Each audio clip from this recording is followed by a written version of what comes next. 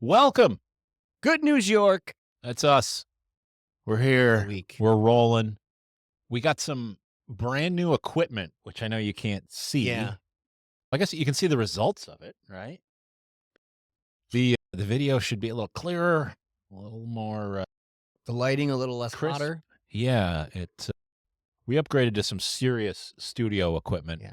And I spent the better part of my weekend rewiring the studio and hooking up all this fun stuff. Yeah. When it sucks, you can properly troll me on YouTube. Yeah.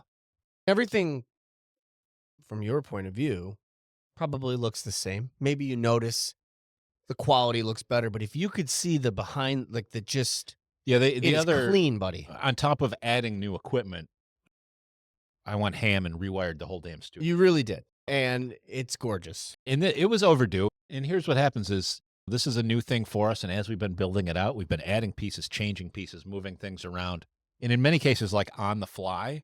So when we pull a new mic cable or we do something like that, like we need to do it because we're recording in 3 minutes. And that turned into just a giant ball of wires everywhere and more tripods than any human should have. It really was insane. So we bound it up. We removed the amount of cables that I removed. It was one of those things where, like, you take something apart and you put it back together and you're like, why do I have extra parts? Right. But the amount of, and I knew there was some extra pieces that we would remove, but the amount that I ended up with that we don't need really cleaned up the place. What was the percentage of cords that were unused that you ripped out? See, most of them were in use. That was the wild part, but right. I rearranged everything. Yeah.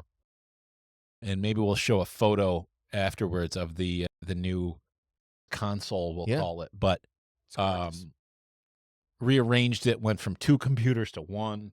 So there was a little bit of reduction in some things. Yeah, for you tech dorks, maybe we'll post some pictures because it's clean. Our mission control looks great. Yeah.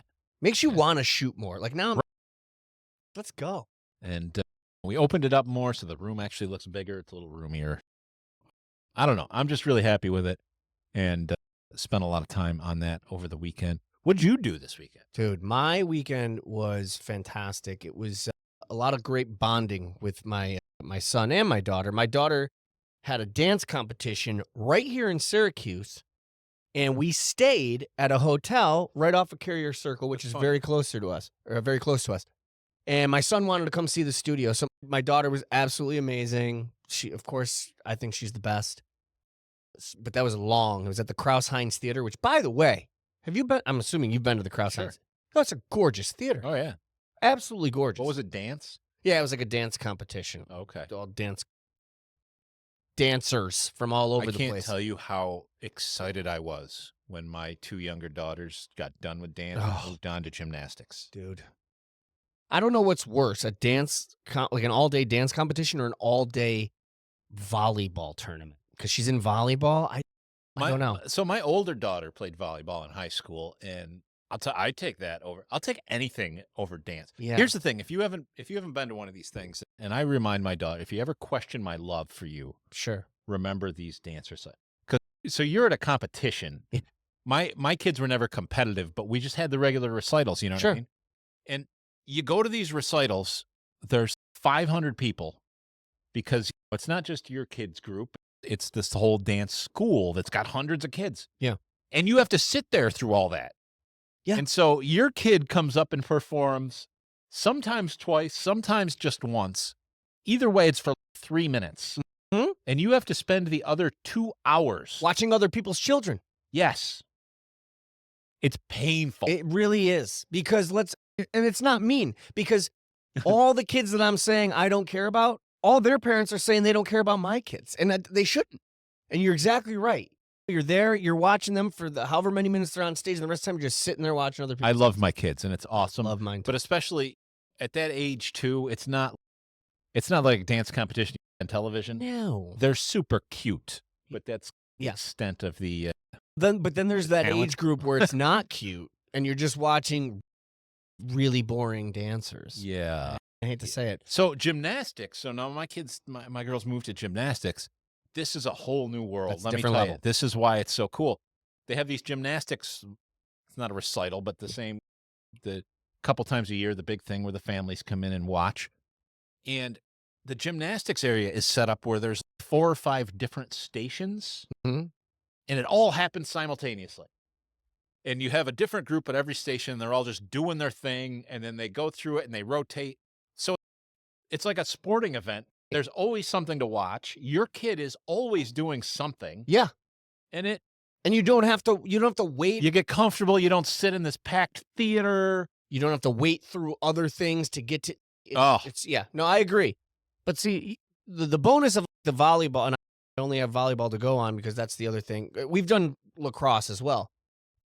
Even then, the games themselves are entertaining. And when they're not playing, there's other games, so that's entertaining. But it's an all-day thing, and it's not as organized. At least with the dance competitions, you have a program. Right. They move through. So, everything's got it, but it was a lot. But anyway, we did that, and since we were so close, my kids wanted to come see the studio. And we timed that perfect because you wanted to surprise me with this whole new setup. Yeah. And I hadn't seen it. I just noticed some things were pulled apart, which is normal for you. That's as far as I got. Yeah. And you're here. my son, which maybe we'll show the footage, I started recording on my phone because we didn't have this hooked up because you were doing stuff. And we sat here and we did a little mini podcast on Lunchables versus Lunchleys. And what the it was fuck is a lunch? Oh, good. It's like an Logan Paul. Wait, what? Yeah, so Logan Paul is Logan he the Paul one makes a Lunchable? Oh, he makes Prime. Yeah, Okay. I know that. Prime is his drink. Yep. Now he's expanded into he's made his own version of Lunchables, and the Prime is in it. These News boxes to are me. huge. Oh, it's a lunch thing, and we feed the kid Prime too. But it's not even a mini Prime bottle. It's the shit. size of the Prime bottle. So you're talking the box is. They didn't bother to make a smaller can. No, It's the only way we can move it. And the irony is, it's called Lunchly, which LY. Correct me if I'm wrong. Is usually is it suffix or what's the one at the end? That it means little or mini, something Lee. It's not. It's bigger. So we had a little discussion on Lunchleys versus Lunchables. It was cute, but I wanted to thank you because you gave me that memory with my son. It made me look like I was awesome. You know what? My little one has been dying to make a podcast. We should just have the just kids let them come in rip and let them just turn it on and let them go. Cast. Be hilarious. It's going to be depressing when it gets 10,000 views in 30 seconds. It really is.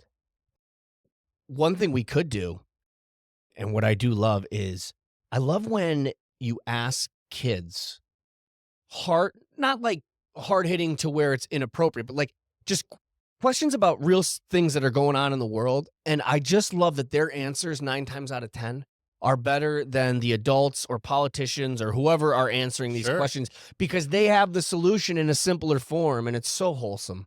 I'd love to do that. Maybe we should Maybe we should replace us with children. I think Good News ratings York would bump little kids. for sure. But yeah, so thank you for that. He walked in. Imagine a 5-year-old in a foam hat interviewing Ryan McMahon. Basically, that happened. I have the personality of a 5-year-old, but I do. What's your advice for throwing out the first pitch? What kind of budget cuts are you going to make?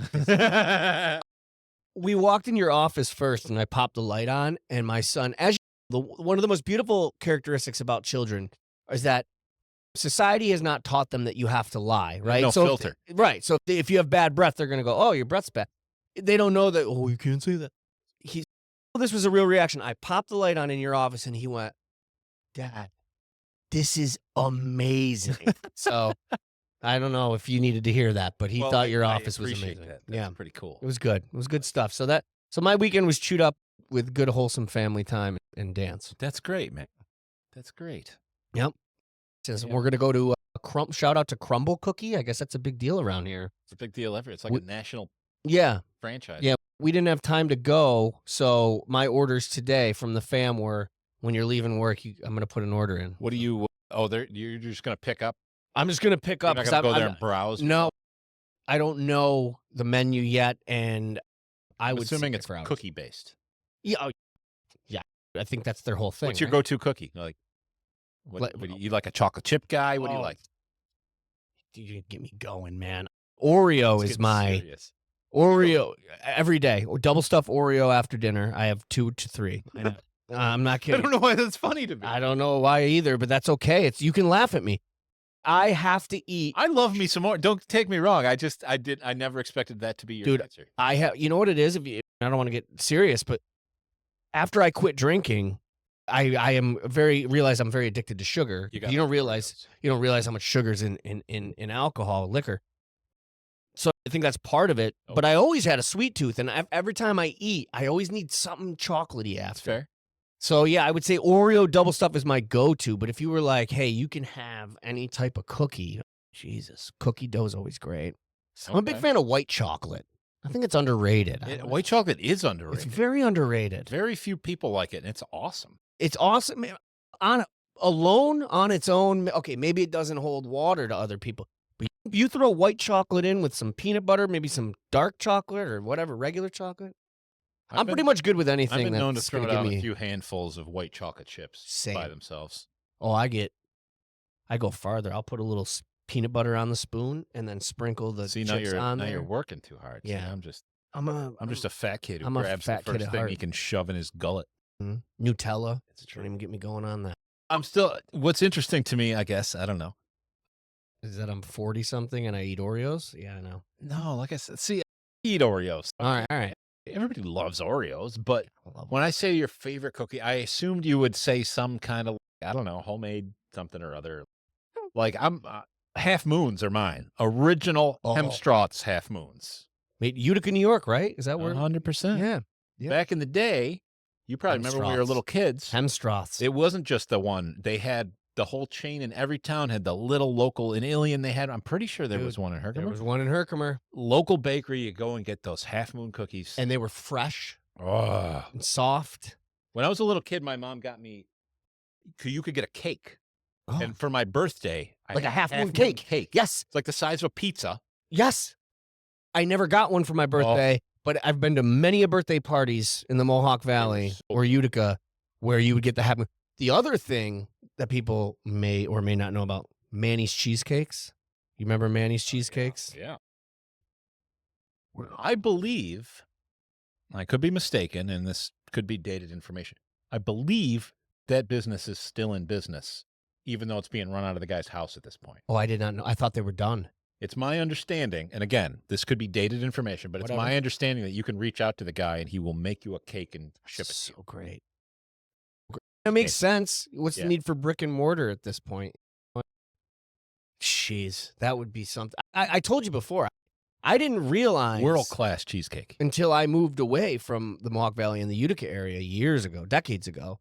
I didn't realize how many Utica things there were. I didn't know that tomato pie. There are a few things that Utica does well. Riggies. But eating they make up for all their faults with some of the best.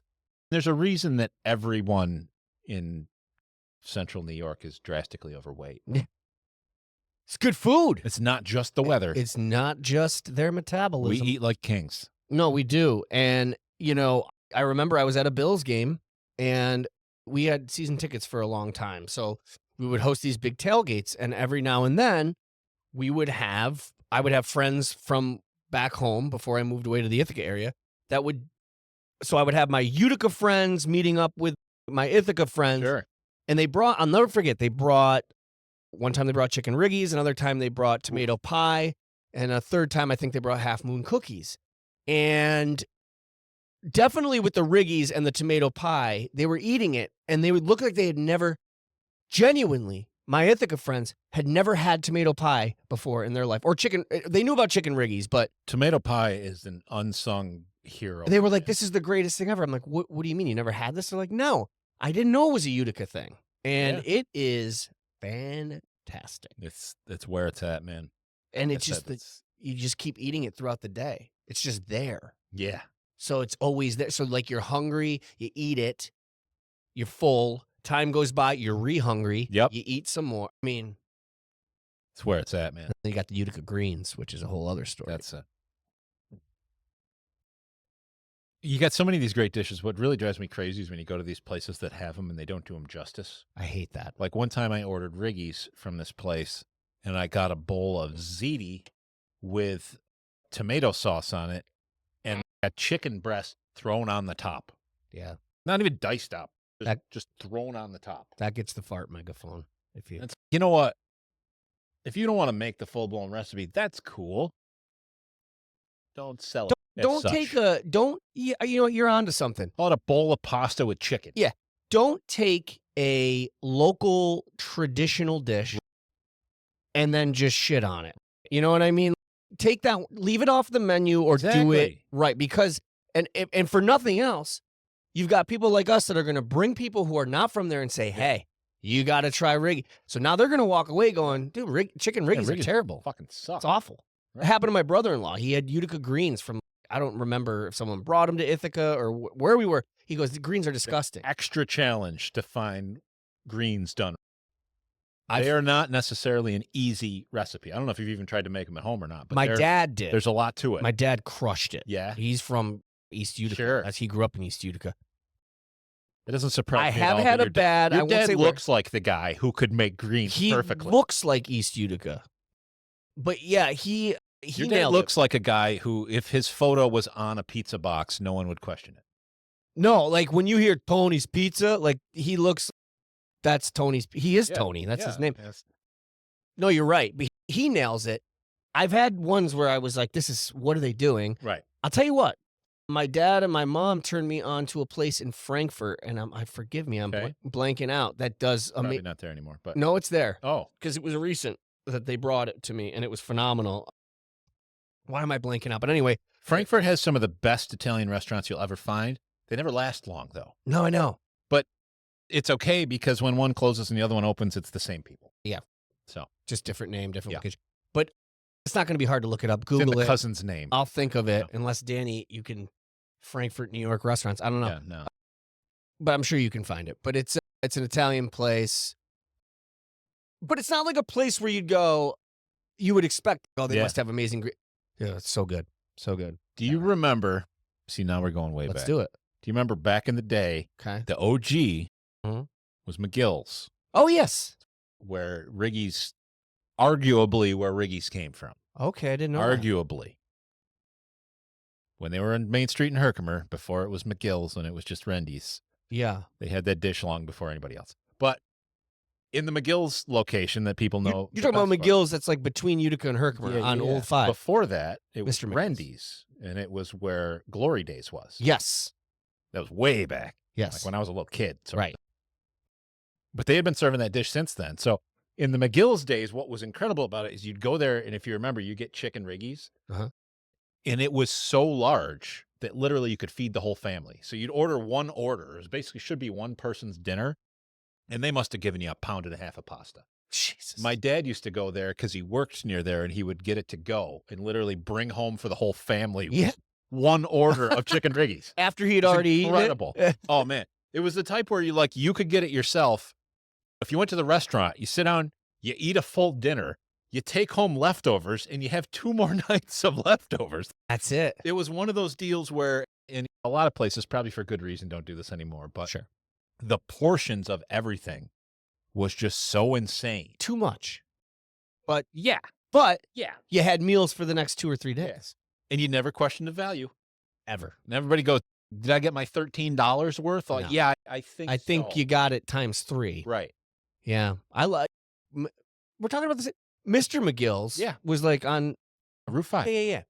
That was the place I had my first gig ever, my first band ever. I was 15. We were called Technical Willie. Yeah, that was our first gig ever. That And was the first bar they let me in as when a I was 15-year-old without ID. 16 or 17, I went to a bachelor party in the second half of Yep. it that was separate, the restaurant half, the banquet room. And my buddies gave me they paid for my first private dance. Oh, But wow. my girlfriend was waiting for me after the party at McGill's, so I stunk like a dancer. And so they dumped a half a bottle of Jack Daniels all over me. And I went makes into Mr. McGill's, and him literally flammable. everybody was just like, "What? You reek like JD." You And smell like strippers and booze. Strippers and Booze, baby. That's the name of my first record. No, Yeah. it's not. Probably should have been. But yeah, no. Chicken Riggies, man. If you haven't had it We had proper, some adventures at that place. That's for sure. A lot of That's for adventures. sure. Because I think the owner of Rendy's is the one that opened McGill's. Mark Rendy. Mark Rendy, yeah. Yeah. And by the way, fun fact, I graduated with his son, Mark Rendy Jr. How about that? Good guy. I don't know where he is now, but How about that? I think so. The restaurant is long gone. I don't know why we're getting into the history of McGill's, but the restaurant is gone. But now I believe they still have the food truck, so you can get their Nice. riggies from at events and things. Isn't that funny how everything's Fascinating. going inward? You were talking about Manny's Cheesecakes. Now he's working out of his house. McGill's is a truck. Everything's moving in. That's what happens with these long-time sort of sole proprietor businesses. Yeah. And we talked about this with Christine and details in the deal. Yes. There's these folks that have basically built a job for themselves. Mhm. They never really even positioned it as a company that they would sell off or hand off or whatever. So they're going to do it until they don't want to work anymore. And then that'll probably be the end of that business, which is wild. It is. But that's especially in all honesty, growing up in the Valley and doing business, starting a career there, it was wild when you leave there and see how things aren't like that in the rest of the world. Exactly. These local businesses, they change hands. And Yeah. people retire and move. In the Valley, it's literally work till you die. Yes. And then, Yes. remember this, You have to. so-and-so's bakery? What happened to that? So-and-so passed away at 89 years old. Yeah. That happened with, in Herkimer, the Empire Diner. Oh, yeah. That switched hands the quite a old bit. Ed.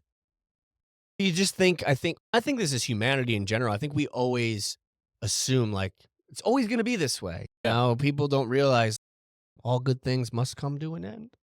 And you know what's funny, though?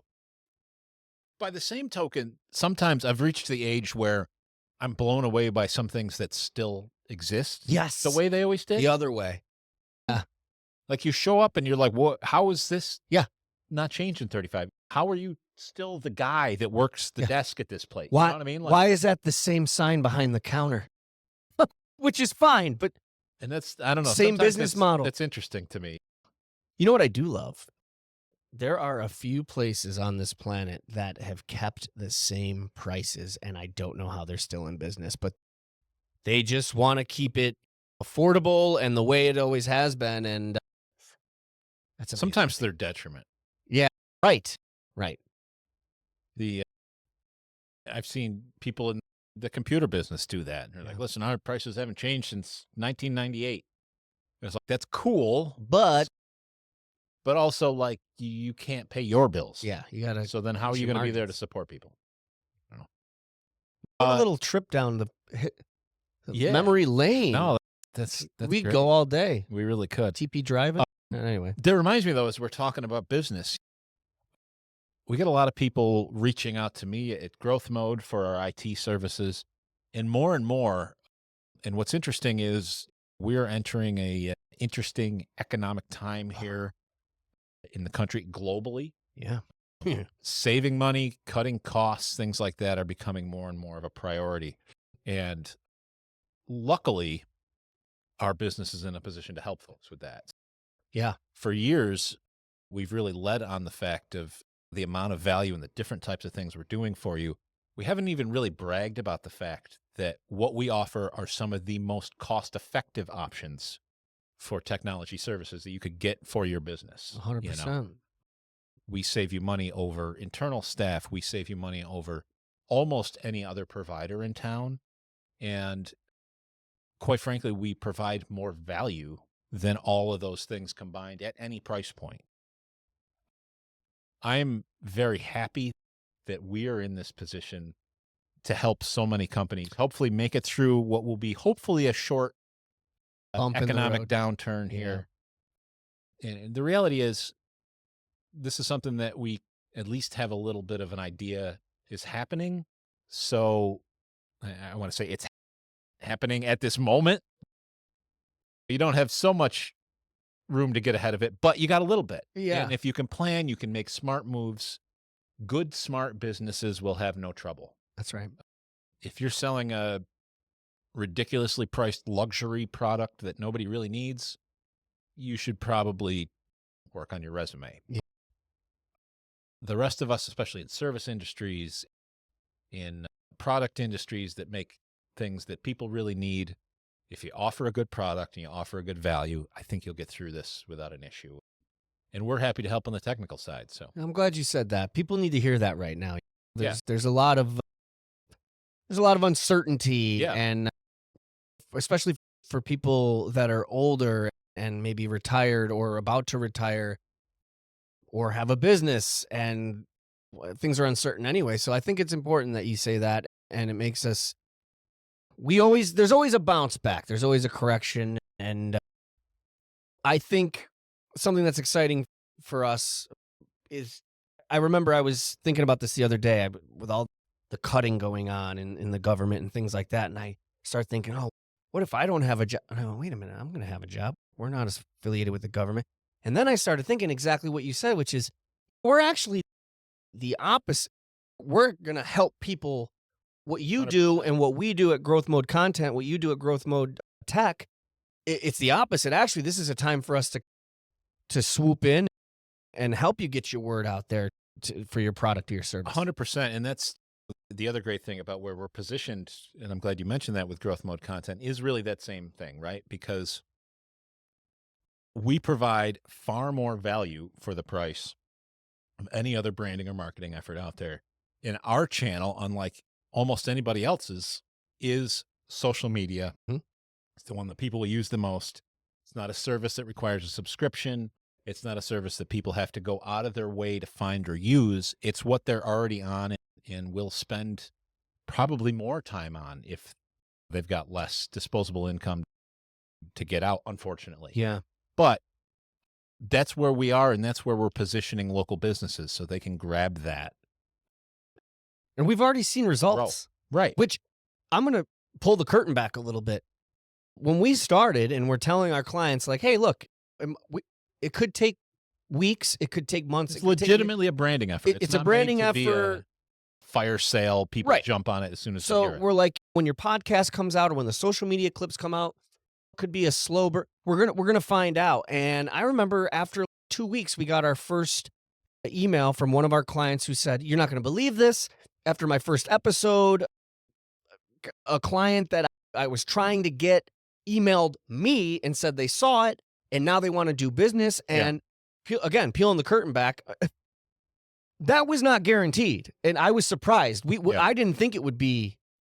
I didn't think we would see that kind of result yet. So it gave us more confidence, and then obviously it gave us. It made us look really good with our clients, and they're happy, and that's all. That's what we want. And that's the whole point of growth mode technologies in general, all the different things we do, is to make businesses better. And the only way you can do that is to offer a quality service at a reasonable price. Because we're not the biggest company in town, right? There's Doesn't a need to bunch be. of other guys that could, in theory, come and they could do it cheaper because they can afford to have lower margins and Right. things like that. The problem is nobody does, and nobody does with more value. And that's the part that I think is most important. At any price point, if you were to double our fees for any of our services, when you see what you get for it, it would still be a worthwhile situation. 100%. And that's continuing to grow. Yeah. One of my philosophies in business in all of these is to continue to increase value, right? And so there's so many places where, and maybe I should be charging more for some of these things, but there's things in both IT and now in the content business where if I find an opportunity, I can make a small investment, and that's something that all my folks, all my clients can use.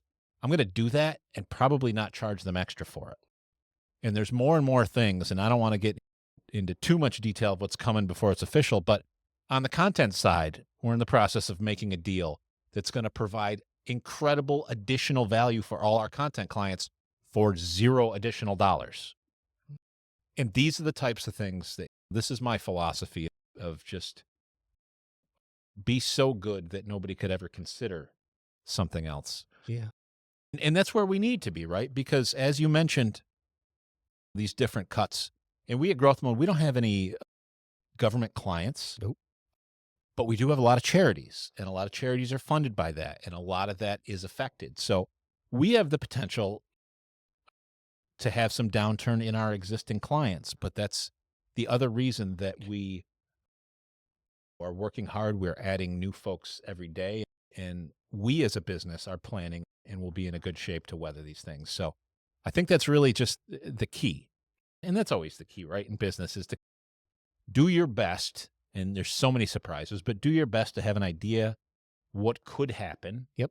And prepare for it. Prepare for multiple contingencies. Yeah, and I think another aspect of how you do business that I think is important to highlight, and correct me if I'm wrong, but I feel like you have always been about the customer, and that gets thrown around way too loosely. Sure. You really are.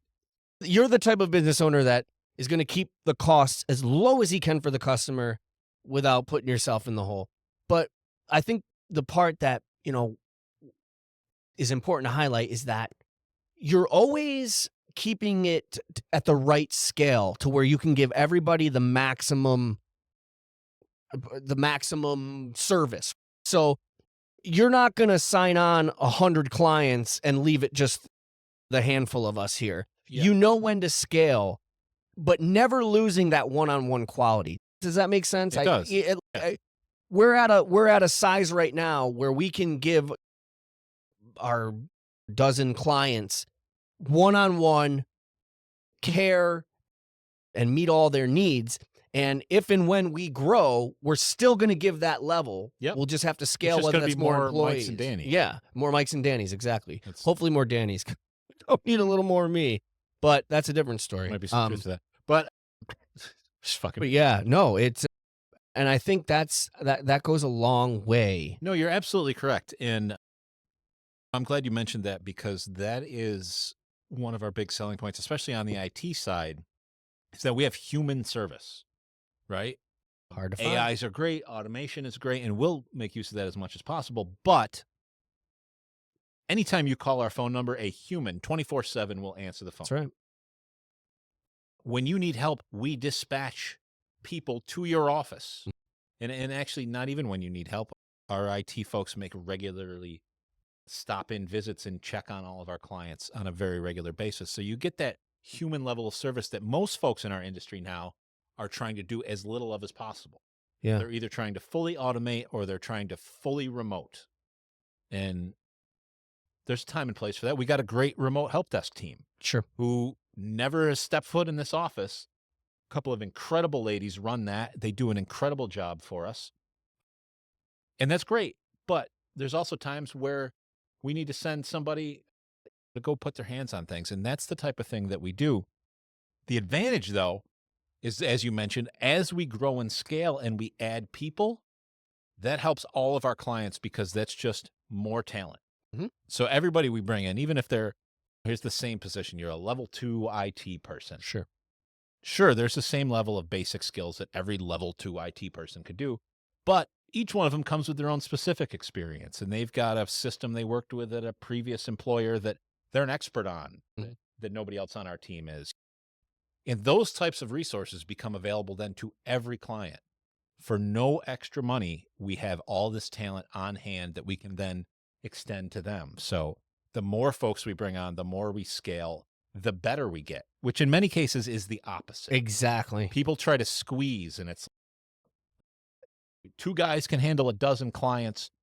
I think 2 guys can handle 40 clients. That's right. Where you just have to keep up with that. I agree. And I think it's important to note, it's been a while, so I think this is important. People see growth mode content, growth mode tech. Maybe there's some confusion. This place is incredible. And this is Matt's brainchild. Growth mode tech offers, and you can talk about growth mode tech. Sure. Let me talk about the growth. So the growth mode content side of this business is a one-stop shop, essentially a production company. You come here, whether you're on your own or if it's for your business, you create your own monthly podcast. We chop that up into social media clips. We schedule them. We put them out. And it is advertising in the form of a podcast. You have a full episode that everyone's going to see once a month, but you also have throughout the month a ton of clips. On top of that, we have obviously Good News York. But we don't just shoot these things and put them out. We're managing your social media. A lot of times you'll find there's a lot of people out there that hide behind but they go behind this social media manager or marketing company, and it's not that. We are not only we're shooting it and producing it, we're managing your social media. And it's a team effort. It's never like we're going to take over. It is we work with you. But what people are forgetting is there's a whole other side. Our clients come here to shoot the podcast and they go, I'm thinking about getting some phone software. You guys do that? Oh, wait, you guys install this? On top of the content part of it, you've got Growth Mode Tech if you want to talk about that side. So that's Growth Mode Technologies is the overarching company. And there's lots of different ways to set things up. I have been a fan of, and at some point the structure might change, but I've been a fan of kind of having one main company and having different divisions. Yep. Different products, if you so to speak. And we've put everything under that umbrella of Growth Mode. So we got Growth Mode Content. Growth Mode OnlyFans coming soon. No. Growth Mode Phone, which there's going to be a new site launch for that. That's our business communication system that we're branding the same way. That's something that's incredible. We talk about cost savings. That's something that beats the cost of every phone provider out there and has more features. Love it. And it's another one of those things where I could just charge more and be right in line with everybody else. I'd rather give more people the value and offer that. But all of these different divisions of Growth Mode, and of course, your local IT department is the brand of specifically our IT services. But all of these things are designed, again, to build businesses and make people better. So that means the community, that means employees at various clients, that means the business owners themselves. But everything we do is around growth. Yep. We're Growth Mode. So as you were saying that, and this is more about me always being late to the party than you, I just had hit me right between the eyes. When you and I first got into discussions about me being a part of this, and thank God I am, I love it. But I remember you saying, we're going to call it Growth Mode Content. And at first I was just like, Growth Mode, that's okay. That couldn't be a better name, because here's an example. I walked in this morning after a weekend, and like every weekend, you either have a new light or a new camera or a new setup or a new software. And at first I thought it was just because you're a gear nerd. You love that kind of stuff. No, you're constantly growing the business. You're always making things better. And now it's hitting me like Growth Mode.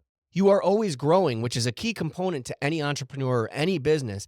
And I think that's the part that the clients are going to benefit from the most, other than what we do, is you're going to be a part of a company who's run by somebody who is always growing, which in turn, the clients grow with us. And that's so important. And whether it's new software or whatever, but you're always upping the game. Yeah, and this has been a continual evolution. And part of the reason for that is it's a completely bootstrapped business. So what I mean by that is there's no investors, there's no loans, there's no partners. It's literally, we have the money to pay you because we have a client that signed up to pay us. That's right. And that's the way every business I've ever built has ever been, for really no reason other than that's the only way I knew. If I was friends with some guys that were venture capitalists, and maybe I would have went the investor route sooner. I'm not necessarily knocking these things, but it's what I know and what I've known to do. What goes along with that is that constant evolution. We picked up a new client. We got a little bit more new money. We can add some higher level equipment and tweak and grow and reinvest. Start out with this video wall that I purchased before this launched, and putting that together and just adding all these different pieces to where some of these, you get a startup or you get a couple of fellas with some money that come together. They want to start a business. They throw this huge chunk of change in up front, and they'll have the most incredible thing on day one. Yeah. I'm never going to have the most incredible thing on day one. It's always going to get better with time. But at the same time, I also don't waste money that way. No. Because I can't tell you how many startups are like, drop $500,000 on the fanciest everything. Yeah. And fall apart because their business model was exactly good or something like that. I think the other reason I'm so impressed by it is because there's been so many employers I've worked for over the years where not only were they not trying to adapt and grow, it was almost the opposite. Like, how long has this piece of equipment been in this building that hasn't been working and affecting the flow of our business? Yeah. There's the opposite, the neglect side of it. But You do it in every facet, though. I don't even just mean growth mode in that, yeah, you're buying new cameras and new lights and we're tweaking. Yeah, you get that, the growth mode mindset for the actual productions themselves. But even adding on, like you said, adding services that we can add for each client. You're always growing. And I think that should be, and hopefully is, a big reason why we have the clients we do, is they're realizing like, wow, we're growing with them. Yeah. No, that's awesome. 100% correct. And Awesome. that's always been my philosophy, is that we grow together. And that's literally true. In our IT world, our pricing is based on the size of your company. Mhm. We base our price on what it takes to maintain. As you grow, it takes more. Yep. So we grow. And literally, the only way we get more money from you or generate more revenue is if you do better and you grow as a company yourself. But I think there's also, and again, you're the entrepreneur, correct me if I'm wrong, there's also something to be said about knowing when to grow. Sure. I've seen people grow, business owners that tried to grow too fast, Yep. and now they can't afford it, or their overhead's too much, or whatever it is. 100%. I've noticed with you, and I don't want to jinx it, you've always grown the right amount and at the right time. I've calculated. I've tried, and that's a challenge, because the reality is, at many points, even today, our team is the biggest it's ever been, and quite frankly, we could get by with a few more people Sure. helping us do a few more things. Not necessarily could afford that just yet. And that's okay. So you're absolutely right. But the other side of it that's nice about this business is all of our services are on a recurring monthly model. Yep. So when a new client signs up, it's not just that they bought this one new thing and I got this sale today. It's that I now have an additional chunk of recurring revenue that I can base positions on. And that's what allows me to really scale in a better way than a lot of businesses. If you're a retail store, you got some days are better than others. You don't necessarily know what your month to month is going to, you average it out, right? You do your best. But with our type of business, we're lucky enough to where we know exactly when somebody signs on, they're going to be with us for this long and we're going to generate this much. That means I can afford these things. Yeah. And I come from a performance background of music and comedy, and it's like the fans, right? Or the clients, they're your boss. Yeah. You see a lot of business owners or people out there who provide services or a business to where you rely on the customer that are cursing their customers or clients out. And it's, hey, that's your boss. Because without their money, you ain't doing shit. So we're running out of time here, but that leads me to something that I want to talk about in the future, that exact thing, which the Savannah Bananas. Oh my God. All right. And genius. Just to not get into this too deep today, but if you are even slightly familiar with this organization, you might have heard of them. You might go, oh, they're kind of like the Harlem Globetrotters of baseball. But better. Comedy, entertaining baseball. Dig in deep. That's all I'm going to say. And we'll talk about it more, but anybody who's listening today and they want to dig in deep, follow the gentleman. What is his? See, I don't even remember his name. The guy in the yellow tux. That might even be his he's name the guy. I don't remember on his name. TikTok. It might even be like Yellow Tux Man or something like that. Sure. He's a genius. Yeah. He created this business, and they talk about it being fan first. And again, that's one of, like you said, that's everybody. Oh yeah, we're for the everybody says that, right? Sure. This dude embodies it in a way that I have never seen anybody. And I think this is a model that every business owner, no matter what business you're in, you need to be paying attention to this guy. It is so in depth. And again, we're going to get into more of it, but it is so in depth in terms of what they have tried to do to completely focus on fan experience. Yeah. Their number one goal is that you come out to one of their events and it is the best time you've ever had in your whole life. And they're not, again, it's not like a slogan. The things that they do, like advertising, they took all the advertising out of their ballpark. They said, they went to their fans and they said, does seeing that ad on the backboard there, does that enhance your experience? Does that make it a better day at the ballpark? And no, it's gone. Which is, sorry to interrupt, which is insane. Right. Because it's their number one source of revenue. That's what I'm saying. Like, for you to make that kind of business decision to cut a huge source of revenue, especially in sports. Yeah. if you didn't believe he was all about the fans before, you have to now. You know how much money he's leaving off the table? And It's awesome. they get down to planning every minute of the game. And, where most of it, you go to a baseball game like we did, which It's fun. shout out, go watch that video. It was one That's of great. the Syracuse most fun Mets. we've had in a while last week. But you go to the game, you get in, you sit down, they mosey around, they do some things. Eventually, the game starts, they throw a pit, whatever. The Savannah Bananas starts with entertainment in the parking lot. Oh, see, I didn't know that. And outside the venue. And then they have a small window where they want you to get in and get in your seat. And 90% plus of the audience is in the seat ready at the first pitch. That's because they have so much. They don't want to miss it. happening, They don't want to miss it. And it's intentional. It's so nonstop from the second you pull in, you're having an experience. And this is the type of thing that, again, as we talk about, as things get a little tougher and people start spending less and less money, they're going to look at these options. And we can go to a regular everyday baseball game, or we can go to this thing that's going to blow my mind. And this is used to be monthly budget. Now it's my quarterly entertainment budget. And I don't know which one's helping the other or hurting the other, but this is also coming at a time where Major League Baseball, I know you don't follow sports, Sure. but Major League Baseball is struggling to keep people interested. And it's for no other reason than we've just evolved as a society. Back in the day when it was America's pastime, and still some ways it is, there was nothing else to watch. Or then when TV came along. Why that game is so long. It's why there's so many games a season. Right. And they're trying to speed up the game by adding the pitch clock. And they're doing things and it is helping. But they're at a point where, like, how much more can we cut without compromising the game itself?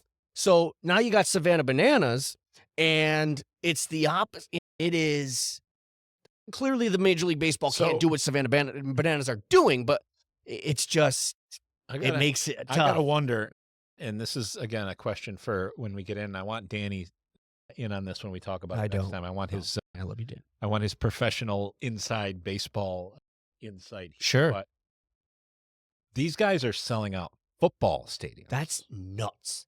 Football stadiums that they've put a baseball diamond on for one game because that's how many people they're filling. And so I say that to say, are they going to overshadow traditional baseball? Are they going to drive right past them? Dude, at this point, it's possible. I don't know. Interesting thing to think about. There's little tweaks that Major League can make, and we won't get into it, but starting with a salary cap. So in all other sports, I think all other the major sports, definitely in football, there's a salary cap. So there's a league-wide salary cap. It's shared revenue too, but that says every team has X amount to spend each year, and it goes up every year because it's shared revenue. Baseball does not. So there is a huge lot. So when there's teams like in the 90s was the Yankees, and still the Yankees now, and Mets and Red Sox, but the Dodgers just spent, they could spend so much more. 800, yeah.